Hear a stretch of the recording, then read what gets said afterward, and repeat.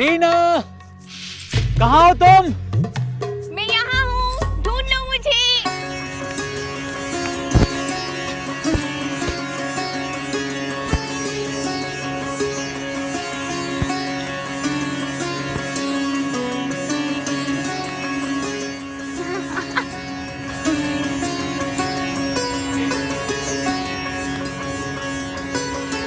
रीना, मजाक छोड़ो, प्लीज सामने आ जाओ।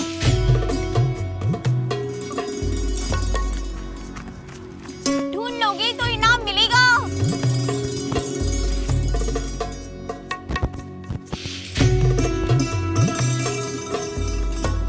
अरे बाबा, यूं ना परेशान करो मुझे, अब तो सामने आ जाओ।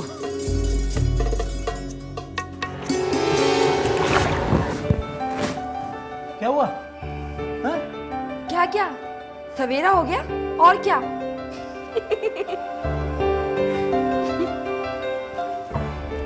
मैंने तुमसे कितनी बार कहा मुझे ऐसे मत उठाया करो। अरे कितनी देर से उठा रही थी, अब नहीं उठोगे तो और क्या करूंगी? ये कौन सा तरीका है किसी को उठाने का? लगता है आज फिर कोई सपना देख रहे थे। सपना तो वाकई बहुत हसीन था।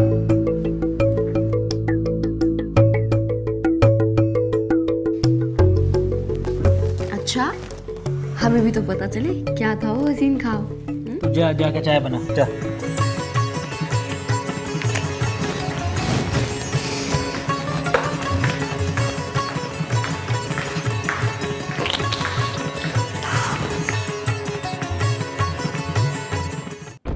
वो लड़की अक्सर उसके ख्वाबों में यूं ही आती थी, तभी तो वो हर लम्हा उसी के बारे में सोचता रहता था।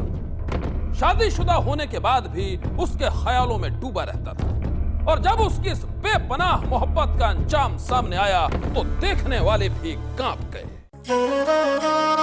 ये दास्तान दिल्ली के पालम इलाके में रहने वाले कर्मवीर नाम के एक शख्स की है। उसके एक तरफा इश्क की है, उस एक तरफा इश्क की है जो हर गुजरते दिन के साथ बढ़ता ही जा रहा था, गहराता जा रहा था। और उसके दिल में समाई ये बेपनाह मोहब्बत थी अपनी साली के लिए। नाम था रीना, एक जिंदा दिल लड़की। हमेशा हंसते रहना रीना की खासियत थी। हर किसी की लाडली थी वो, हर कोई उसे बहुत प्यार करता था। उसकी शरारतें सभी को पसंद थी। उसका साथ हर किसी को खुशियों से भर देता था। अपने जीजा कर्मवीर से भी रीना बहुत मजाक करती थी। प्लीज प्लीज प्लीज दीदी, देखो दीदी, अगर तुमने मेरी बात नहीं मानी तो मैं जीजू के साथ भाग जाऊंगी। भाग जा, वैसे भी जाने ये आजकल किन ख्यालों में खोए रहते हैं। सोते जागते सपने ही देखते रहते हैं। क्यों जी? क्यों जीजू, सपनों में कहीं मैं तो दिखाई नहीं देती?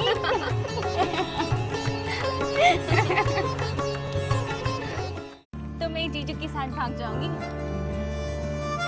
जीजा और साली के रिश्ते में मजाक तो होते ही रहते हैं, लेकिन रीना की बातों को कर्मवीर सच मान लेगा।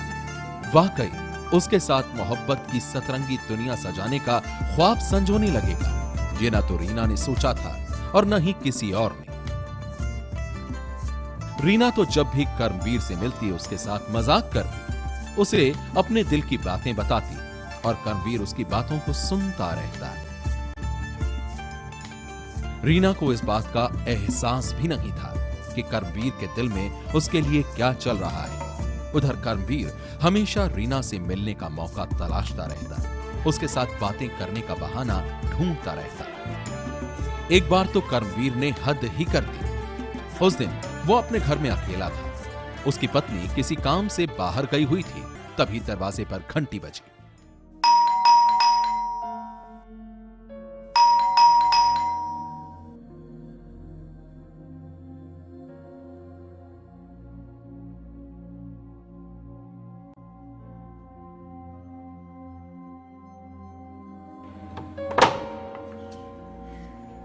हाय जीजू। अरे तुम? दीदी, दीदी कहाँ है? दीदी तुम्हारी गई है बाजार। कब तक आएंगी? आ जाएंगी थोड़ी देर में। ठीक है।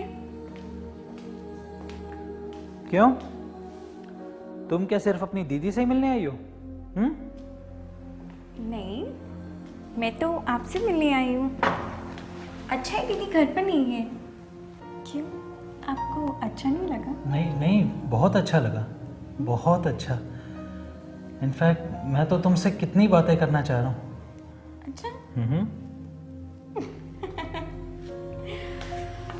वेल, बातें बातें छोड़ते हैं, पहले कुछ पेट पूजा कर लेते हैं, मुझे बहुत भूख लगी है।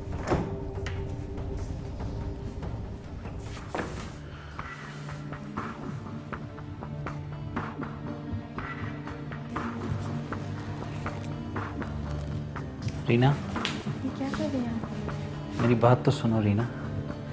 जीजू। रीना, मेरी बात को बहुत गौर से सुनो।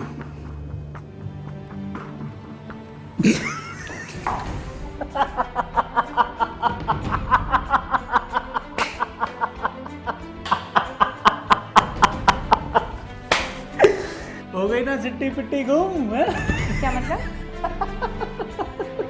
इसे कहते हैं नेले पे देला। मैं मजाक कर रहा था बाबा। आपने तो सचमुच ही मुझे डरा दिया। अच्छा, तू मेरे साथ हमेशा मजाक करती रहे, कुछ नहीं है, आज मैंने कर लिया और डर गई? नहीं, वो बात नहीं है। I'm sorry.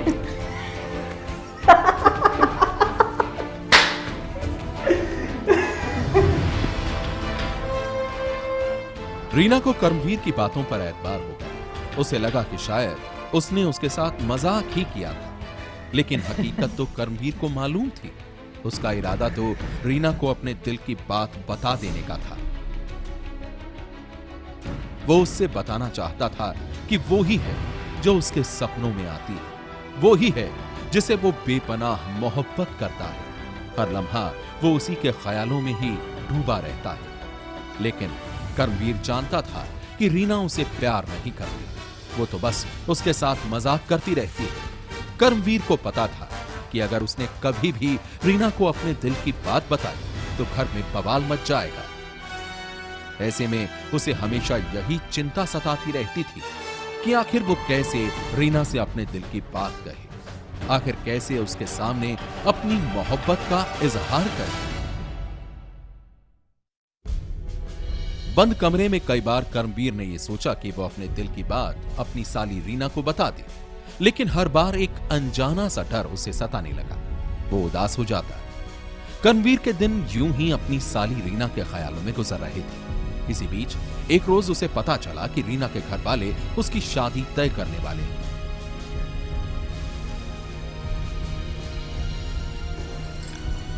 अच्छा सुनो, मैं जरा घर तक जा रही थी। वो आज रीना को देखने के लिए लड़के वाले आने वाले हैं ना, उसकी शादी तय करनी है। ठीक है।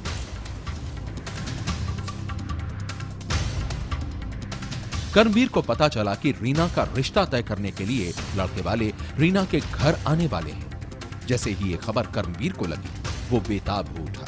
उसे लगा कि अब रीना कभी भी उसकी नहीं हो सकेगी, वो कभी भी उसकी मोहब्बत को नहीं पा सकेगा। इसी डर ने उसके अंदर सुलगती चिंगारी को भड़का दिया और फिर कर्मवीर ने कर लिया एक फैसला। रीना की शादी हो गई तो मेरी ख्वाहिशें कभी पूरी नहीं हो पाएंगी। नहीं, ऐसा नहीं हो सकता।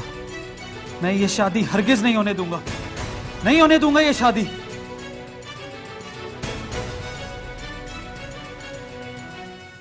एक तरफा इश्क की आग में कई जिंदगी हो चुकी हैं तबाह। आशिकी के जुनून ने कई लोगों को बना डाला है गुनहगार। दिल्ली के कर्मवीर के साथ भी कुछ ऐसा ही हुआ। वो अपनी साली से एक तरफा इश्क करता था, उसे हर हाल में अपना बनाना चाहता था, लेकिन तकदीर को तो कुछ और ही मंजूर था। कर्मवीर बहुत परेशान था। उसे समझ में नहीं आ रहा था कि वो क्या करे। रीना के घर वाले जल्द से जल्द उसकी शादी का रिश्ता तय करना चाहते थे और इसी बात ने उसकी रातों की नींद उड़ा दी थी। कर्मवीर किसी भी तरह रीना की शादी की बात को टालना चाहता था और जब उसे कोई उपाय नहीं सूझा तो उसने कर लिया एक बेहद ही शातिराना फैसला, जिसके निशाने पर था एक मासूम, और वो मासूम था रीना के बड़े भाई का 8 साल का बेटा। तारीख 21 जनवरी 2011।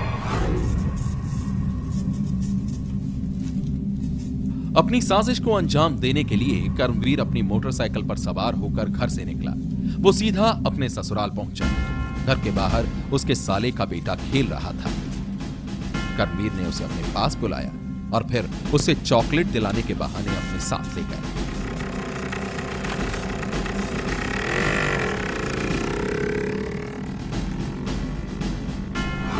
तारीख 26 जनवरी 2011। रीना के घर वाले बच्चे की गुमशुदगी से बेहद परेशान थे। तभी उनके पास एक फोन आया। फोन पुलिस का था।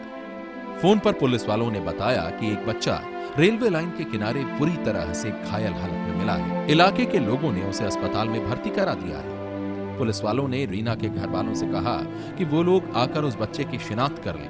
क्या ये उन्हीं का बच्चा है? जैसे ही रीना के घर वालों को एक अनजान बच्चे के मिलने की खबर मिली, वो सभी अस्पताल पहुंचे और वहां उन्होंने अपने बच्चे को पहचान लिया। वो बच्चा उन्हीं का था।